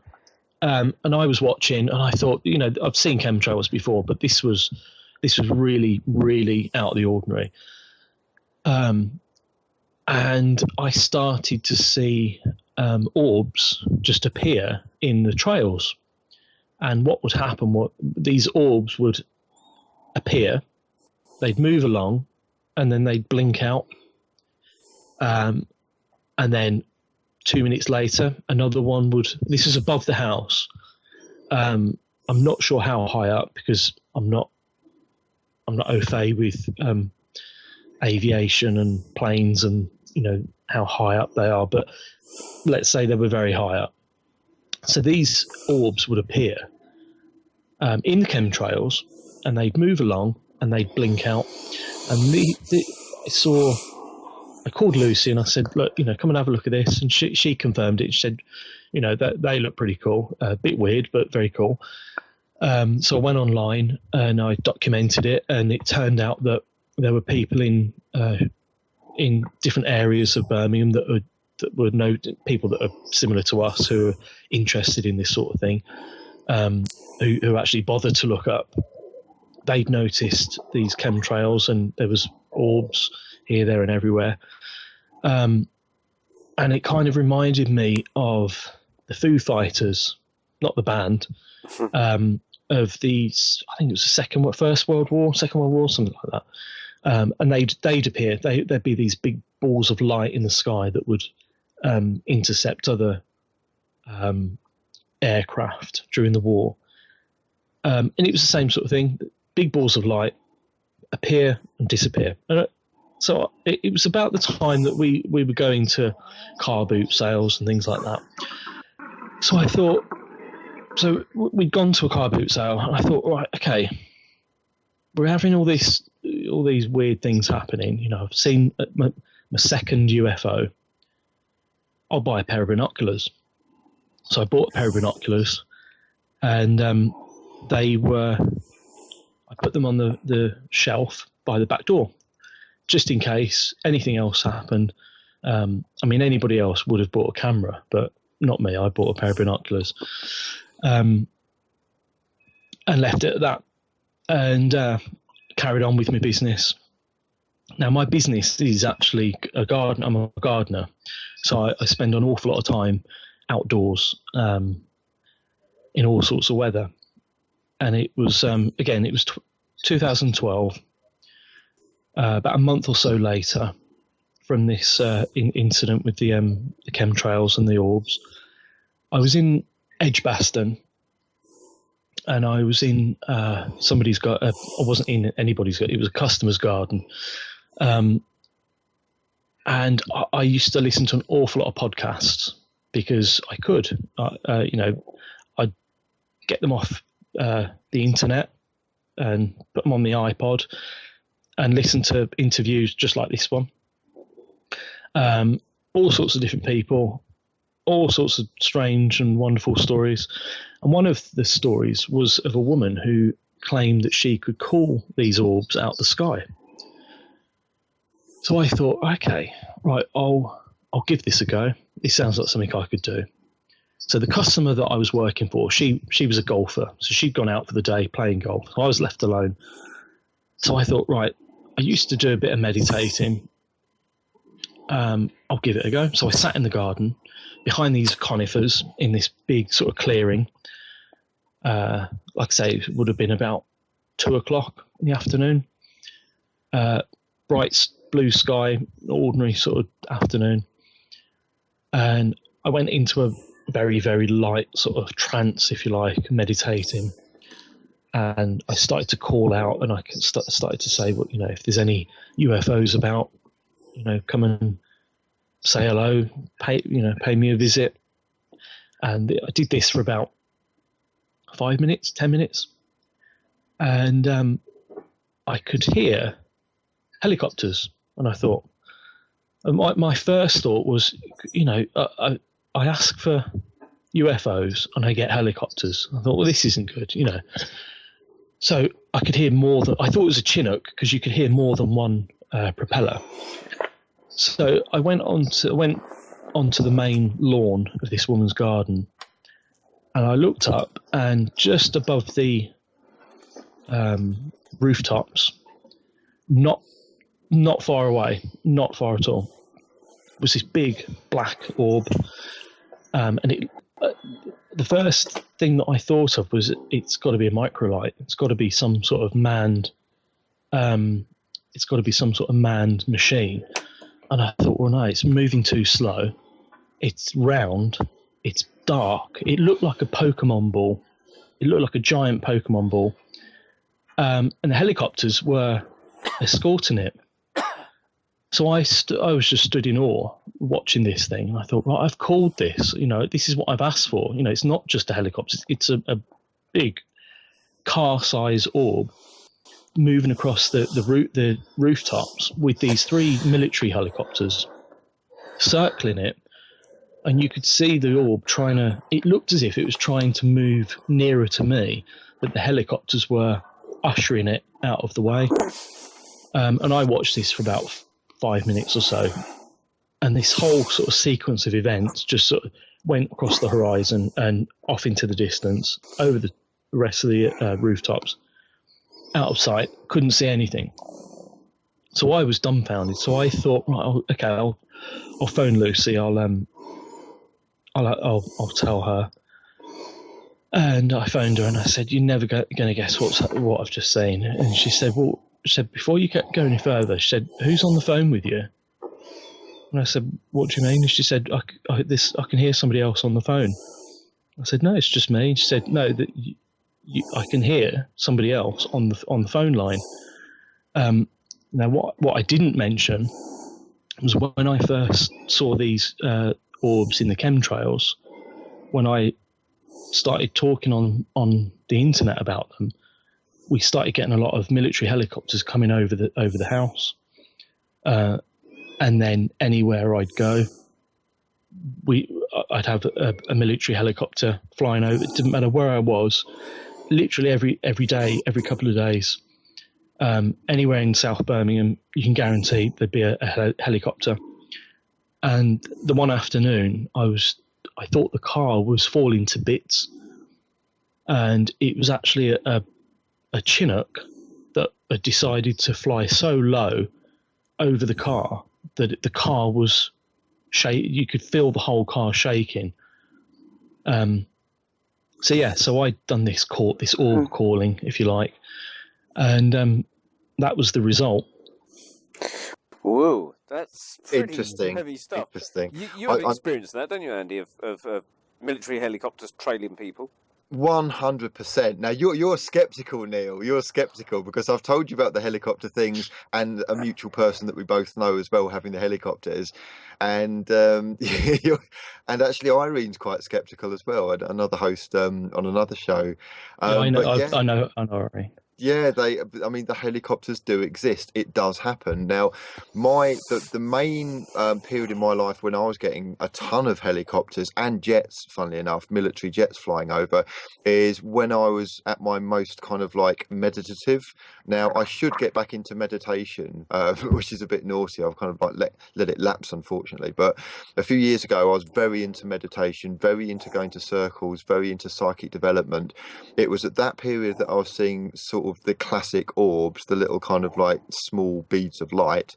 There are a lot of skeptics kind of watching things like Most Haunted, etc., say it's just insects and dust and stuff, and no doubt a lot of them is, dust and insects, but I've seen these orbs firsthand. I know that they do exist, and it was at this period of my life when I was getting black helicopters, and it was they were kind of coming, and you may find this as well, Leigh, at specific times. So I noticed it was about 2:00 in the morning they used to appear, and they used to just kind of circle around my house, just this black helicopter, and I could tell it was black because sometimes it was kind of moonlit. It was kind of like there'd be a full moon, or there'll be enough of a moon to kind of work out like its colour. Put it this way, it wasn't yellow, it wasn't white. I was going to say, I think the thing is when you start getting these military helicopters, any helicopter that you hear and see, you look at. Now you'll know the Red Cross, I think it's the red, the blood helicopter that carries the blood is red. I think. Yeah. And then you've got the police helicopters that are, Yeah. I mean, in Birmingham, I think they're black and yellow. Yeah. Our ones in Hertfordshire are kind of navy blue and yellow, and they're a different size and a different sound. Now these military ones, they're cheeky buggers because in the past couple of years, having known somebody quite psychic, they've started turning up in the early evening, so they're quite visible, and they've got a very specific shape. They've got they're very elongated, they're very long. Some of them have had kind of like gun turrets, and some of them have had like kind of disc-shaped radars on top of the blades, which are 100% military. That ain't police, because I know what the police ones look like and what they sound like. And this person that I know in the town next to me, funnily enough, these helicopters used to be hovering above her house and circling her house, and I'd get Facebook messages or WhatsApp messages saying they're back again, and I'd grab my binoculars because I could see the airspace over where she lived, and sure enough, they'd be flying over. And funnily enough, this would be in conjunction with other weird stuff, such as things happening in her house, poltergeist type activity, orbs, kind of presences coming in and out. And Leigh, I'm pretty sure you would have the same thing. I would bet the most psychic experiences that you've ever had is when these helicopters turn up. Well, it's interesting that you mentioned about the orbs. We had all the main sort of UFO activity happened within around about 2012 sort of time, which I don't think is relevant at all as far as the whole 2012 end of the world sort of thing is concerned. Just in case the listeners were sort of thinking that. Around about the same. Well, I'll tell you what I'll do. I'll tell you about this next UFO that I saw, and then I'll tell you about the light anomalies that accompanied it. Can I just say something about the helicopters before we leave? Yeah, sure. Yeah. It's been sort of suggested by other UFO researchers. David Caton was one of them, who came to the Paranormal Meetup group that we run in High Wycombe back in October, I think it was last year, or November. And he said that people have sighted UFOs, particularly around like radio antenna masts and things like that. But they've been cited to be mimicking the sounds of aeroplanes. I think a Spitfire was one of them. But also, sometimes they are sort of morphing into other objects. And I'm wondering whether the helicopters are actually UFOs that have morphed into helicopters because they're showing up around the time of psychic phenomena. Just a thought, okay. You know? Just a thought. That's an interesting thought. Yeah, I've not actually thought of that. But as far as UFOs mimicking things, I did this orb calling thing again round about the same time, because I thought, right, if I've done it once, I can do it again. And I was in this woman's garden again, same woman. I sat there meditating, and nothing happened. Nothing at all happened. And I wasn't overly disappointed because I thought, right, well, I've seen a few, so it's no big deal. I've had paranormal experiences, no big deal. 2 weeks after that, I was sat at the computer desk that used to be by the back door where the binoculars are. And outside the back, now, being a gardener, we've obviously got a lot of gardening equipment, plant pots and all that sort of stuff in the porch. Now, I was sitting at the computer, and this would have been, again, middle of the day. The children were in their bedroom. Lucy was in the kitchen, and all I heard and saw was a plant pot fall in the porch. Now, I didn't automatically think, oh, a plant pot's fallen. My first instinct was, I'm being told to go outside to look for something. So it was almost like, I don't know if it was a nudge from something else telling me that there was going to be something there, or the object itself telling me, come outside, I'm here. So in my head, there was a knowing that I was going to witness something. So I grabbed the binoculars because I'd bought them previously because of the other UFO that I saw at the chemtrails. So they were specifically there to look at any UFOs that may have occurred. Anyway, plant pot fell. It triggered something in my head to say, right, go outside. This is your chance to look at something. So I went outside, and there was sky was. It wasn't. It was blue sky, but there was clouds. But there was an opening, and I had my glasses on, so I could see, what was what. And I noticed this. It was like a line in the sky, a line just appearing, and I thought, right, okay, well, this obviously is what I'm meant to look at. And it got bigger and bigger. So what was happening is this object, what looked like a line, was actually descending from the sky over the house. And so with the binoculars, I obviously caught it with the binoculars, and it was lowering itself, and it got just below the clouds. So if you imagine the binoculars as one, what would you call it? As you put the binoculars to your eye, it makes one circle, doesn't it? So this object filled the whole set of binoculars. Now, what this was a set of orbs, different colours. I think the red and white orbs. They were stuck together, and there was about 6 orbs altogether, with the head of this thing had horns that was tilting. The head of it was tilting backwards and forwards, as if it was in a cup, as if it was independent of the other orbs. It was moving like it was inside a cup, and the bottom of this thing had 2 hooks on it that was also twisting and turning, but the whole object itself was contorting like a caterpillar. It's the only way of people take the mickey out of me, and they say, "Oh, have you seen any more caterpillars?" If I say the word caterpillar to somebody, they know exactly what I'm on about, and it's this object. Like I say, it had 2 hooks at the bottom, a horn-like appendage at the top, and it looked like a caterpillar. It was mimicking a caterpillar. Now, I could see it as clear as anything. It was filling up the whole binoculars. And go on. I was going to say, a skeptic would say, hang on, there's probably a caterpillar crawling across the lens of your binoculars when you picked him up. What would you say to that? I watched this.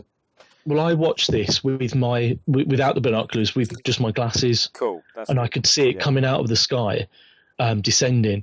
It wasn't a plane, because there was no. It obviously wasn't a plane. Couldn't have been a helicopter, because it was. There was no exhaust fumes. There was no propeller. There was no noise. There was no nothing. It wasn't a satellite, because satellites move. This thing was. I describe it as biological. So it was I've got a picture in front of me. If you're on the internet at the moment, it's of a crop. Now, I'm not big on crop circles. I used to love crop circles, but for different reasons, I'm not a believer anymore. But that's a whole nother podcast, I think. I think it's 1994, 15th of July, Bishop Canas in Wiltshire. If you look at the crop circle that I've just, with the name that I've just, and the date that I've given you, that is the nearest picture that I could find that describes what this thing looked like. Okay, well, what we'll perhaps do is we'll look at that after our show recording, and when we assemble a banner, if we can maybe put that image, if you can link me to that image, I can put that in the banner, so listeners can look at the banner for the show, advertising the show, and hopefully see that image and see what you're describing. Yeah.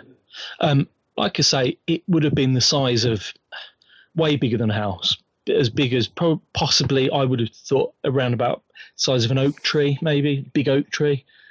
We've got oak trees across the back of the field, and I kind of judged it by those. That's the only description. So just quickly, what I did, I said to Lucy, right, come and have a look at this. So she looked through the binoculars, and she could see this thing. I'll explain to the skeptics in a minute why it couldn't have been an actual caterpillar. So I called the children and I said, look out your bedroom window and tell me what you see. And they said, oh, it's just this weird thing coming out of the sky. Now, when Lucy saw it, she didn't see what I saw, which is interesting. She thought she was looking at what she thought an angel looked like. Now, she's not religious in any way, shape or form, far from it. But she likened it to an experience of seeing an angel.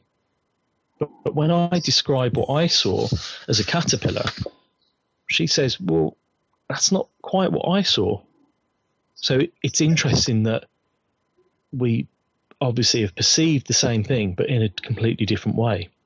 When I recorded this on the internet, if you're on the internet, you type in Leigh Thatcher caterpillar UFO, you'll come straight to the report that I made on the internet. The extra details of that I've just spoken about here, but it's a very condensed report. Now, what happened was this same object was spotted in a place in Birmingham called Northfield, which is like the next town along, if you like. Now, somebody else spotted it 20 minutes before I did, and they had reported on the very same website. So again, as regards skeptics, that's another sort of corroboration of the story. Okay, so skeptics, you've ruled them out on that one. I've actually seen some footage on YouTube of things that you're possibly describing, maybe similar, and I think they're calling them like dragons in the sky, and they're long, kind of inflate. They look like inflated tubes, for want of a better word. Kind of.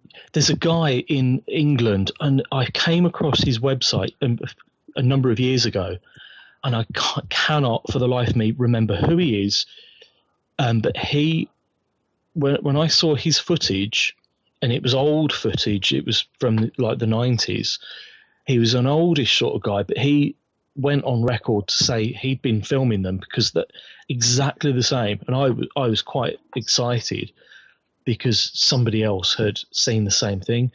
Now, he described what he saw as being some sort of biological entity that was like a UFO, simply because it's unidentified.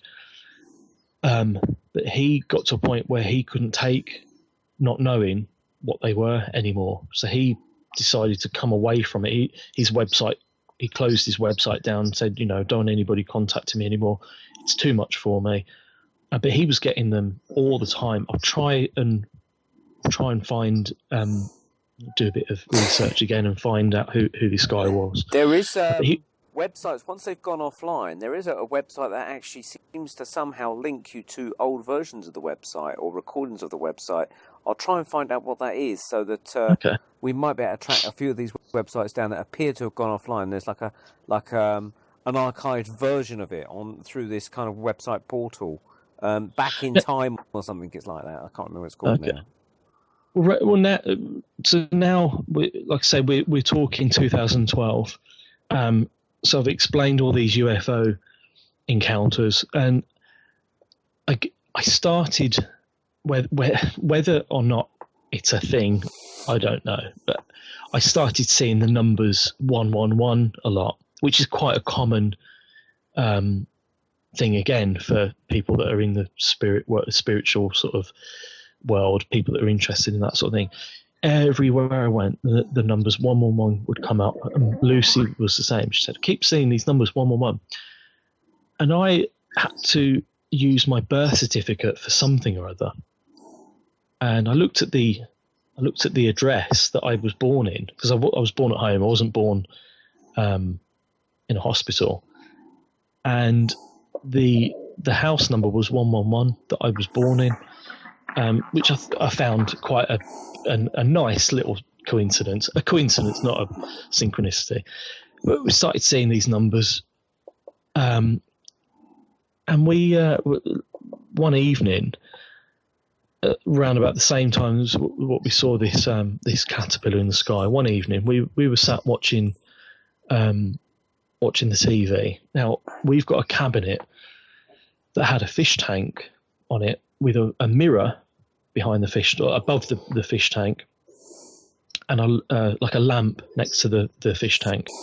And we were watching TV one night, and both of us saw it. It was, if you've ever seen the film Poltergeist, where is it Marianne Salian, the girl?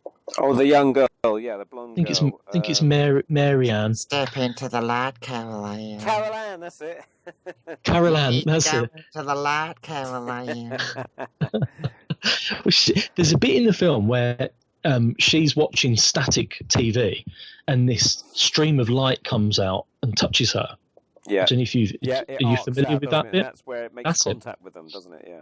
Well, we were sat watching TV, and this stream of light came out of the lamp. It wasn't a ball of light; it was a stream of light, and it came out like, I always describe it as a bent piece of copper, and it came out of the lamp into the room, bent itself round, and then went into the mirror within a second or two. We both looked at it. We both saw it. It was right in front of us. It wasn't like in our peripheral vision. It was straight in front of us. And we literally both looked at each other and we just said, "Oh, okay, that was interesting."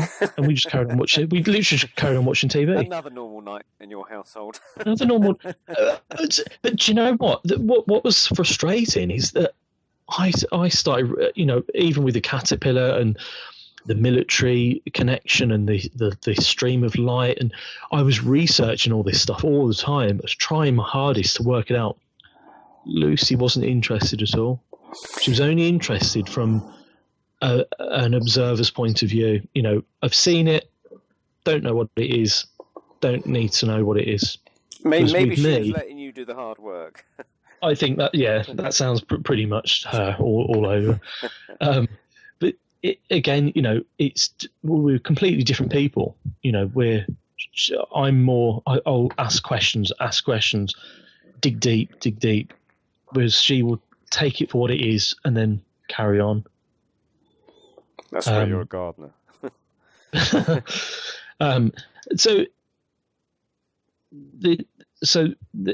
that was the one light anomaly that we saw that was pretty weird. Another one was, I didn't see it, but Lucy did. We were sitting in the living room again, and she said, "Bloody hell!" And she said, "Look at that!" And it was a light, like a tiny little light in the living room. And she jumped off her seat because it spooked her, but it darted from one side of the room through the hall, and it was as if it crashed into the cutlery. You could hear the plates, the crockery. So you could hear the plates in the kitchen being knocked, as if this thing had moved from one room to the next and just went straight through the crockery. So it definitely had a substance to it and a kick to it. I mean, I didn't see it, so it's one of those things where I'm just adding it to this, what I'm saying, because it all kind of ties in with the same thing. Builds up the picture. And so, again, around about the same time, we'd had music on. We were dancing in the living room. We were, prattling about, and it was getting late, and we were chatting to somebody in America at the time. We had the computer on. We were listening to music. We had a mutual friend in America, and we signed off. We said, "Right, we're going to bed now." And I think it was something like 10 o'clock in the morning there, or something like that. And we went to go into the hallway, and we were stopped with these two flashing orbs in the hallway. There was one foot, like about where your foot would be, and then one about eye level. The one by our feet was like a bluish sort of colour. The one by our head height was orange, but they were pulsating like I can't even describe it. It was so fast. The pulsating was so fast. Again, we both saw it. We both just looked at each other and we just thought another anomaly. We just went to bed, didn't question it. And that was the end of that. And it all kind of died down. Everything was put to bed. Nothing else happened. But throughout this whole throughout all the years that I've been researching why I feel that I've seen all these things, I've experienced this, that, and the other. The one thing that I always kept being drawn to was the Bible, not in a religious way, I must add. I did actually do a talk for a pagan group a few weeks ago, and I mentioned the Bible as a disclaimer beforehand, and I said, look, I'm going to be talking about the Bible, and their faces kind of went, and they dropped. So I should have put that in before, but I've put it in now. It's over. It's over 18s this show, so we can go with that. So I can swear. Is that? Yeah. I mean, remember, we're not under regulations of broadcasting, so this is the internet. Oh, you should have told me before. I've been on best behaviour all this time. It's a 3-hour show, then. Oh yeah. So I've always been drawn to the Bible from not a religious point of view, but from a UFO point of view. But there was something in the book of Revelations that I couldn't let go of, and I kept on reading it, and I kept thinking, there's something in me that's telling me to keep reading it. I'll get it. I'll understand it. And I researched the book of Revelations, and and I looked at scholars' accounts of what it was, and it was a story of a guy that was on an island, and he had these crazy visions of 3-headed, 10-horned, 7-headed beasts and all this sort of coming out of the sea. And I thought, what is all this about? This is ridiculous. Why am I reading this? And eventually I got to a point where I thought, do you know what? I want a normal life, because there's a lot of experiences that I know, including myself, whose lives get turned upside down by all this. And you're left constantly questioning reality, constantly questioning people, and asking questions and all this sort of thing. And I thought, right, do you know what? This is really dragging me down. I've had enough of it. I've not got the answers that I want. I've had all these experiences, not interested. And I drew a line metaphorically, and I thought, right, that's it. No more. I want to watch football. I want to play computer games. I want to do laddish things and just be, like an ordinary sort of lad, if you like. Come on. And so I had this in my head. That's what I was going to do. I was going to leave all this UFO stuff behind. And somebody got in touch. I think because I did your show, Neil. Your show, your group, the paranormal group. I did a talk for you, but it was after that and all these experiences. I thought, that's it. And I spent about 6 months or so deciding that was the end. Didn't want any more to do with reading the Bible and researching UFOs and all that. I was in a customer's garden, getting ready to cut a hedge, and I'd been asked to be a speaker at the UFO Academy in Watford. And I was thinking, do I want to do it? Do I want to be part of this anymore? No. Right, that's it. I don't want to, I'm going to cancel it. They'd asked me and I'd said yes, but I said, I might not do it so I was in a customer's garden ready to cut this hedge, and this orb just flies over my head as fast as you like down the road. And I stood and I just watched it, and I thought, obviously that's a sign to say, you ain't going anywhere. You got to stick at this. And I thought, oh, do I want to do it? No, definitely not. No, it's not for me anymore.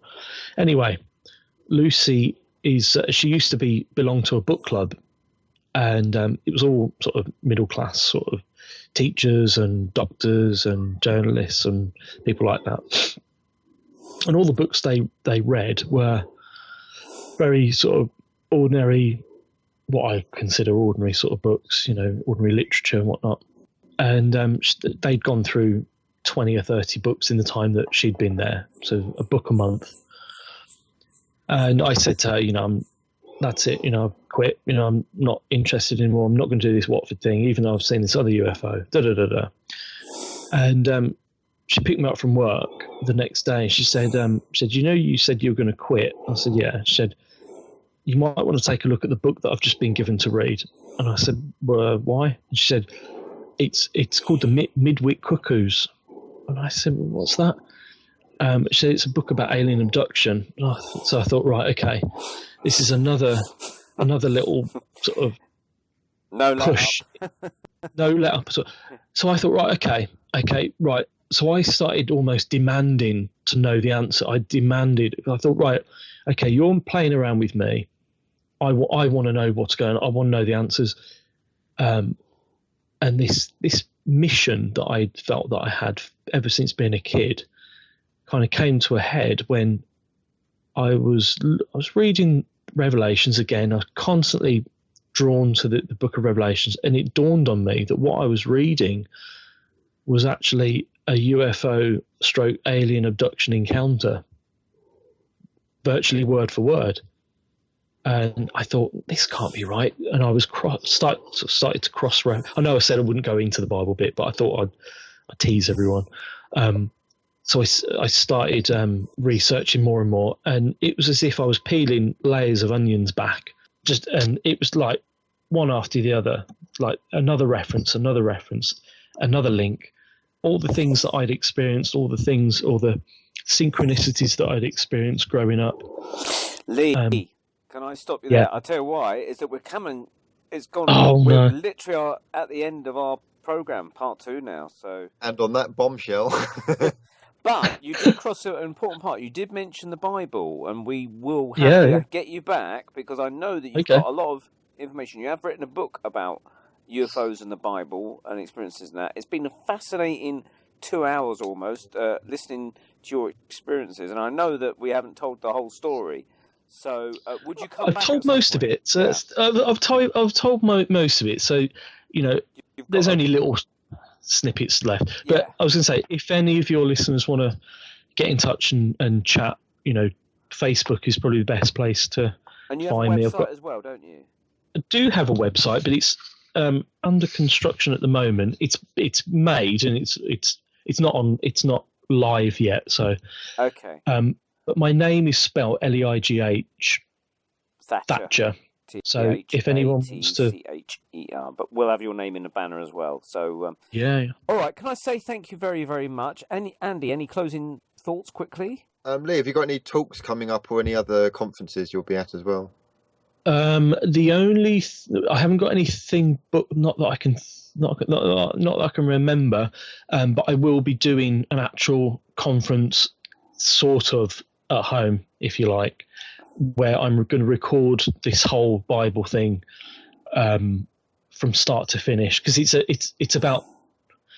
I was on the radio a couple of years ago, and it took about 6 hours to get through most of it, and there was still another 3 hours to go. So it's a long sort of talk, if you like. So I've got to try and work it out how to condense it and do it in a decent sort of amount of time, so it's coherently. Sandwiches at Lee's house then for his Bible talk. All right, we'll have to leave it there. Thank you very, very much, Leigh Thatcher, UFO. Thanks for inviting me. It's been good. And thank you very much for taking part. Thank you very much, Andy, for also being with us. And we are on the Paranormal Peep show, not the Paranormal UK radio show, but Andy and I both appear on this, so no wonder we get muddled up. But we're on the Paranormal Peep show, which you can listen to downloads of our shows and catch-ups of previous shows and all the Paranormal UK radio show network shows on Podbean, iTunes and Stitcher. So stay tuned for any other shows in the Paranormal UK radio network. And we'll catch you again next month. But thank you very much indeed to Leigh Thatcher for joining us this evening. Thank you. Thank you, Lee. Thank you very much. Thank you.